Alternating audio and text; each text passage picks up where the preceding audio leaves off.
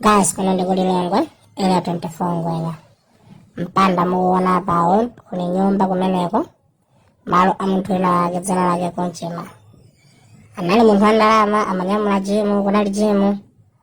Koma moti jimu ake azingozitelezera apo kunga bodi yake amafuna so zake akhale kapolo. Kufuna kunyumwitsa Ngwenya yonse kumenya aliyense mene angafunire. Mwachoncho anthu zinawanyasa kupsa mtima.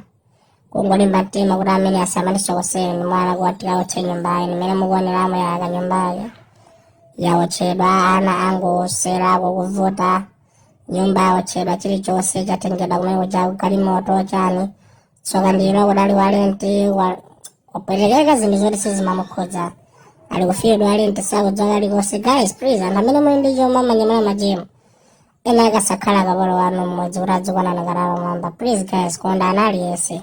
Take care. Ndugu sauka ati 2 minutes over. Please, samalitsano. Okay?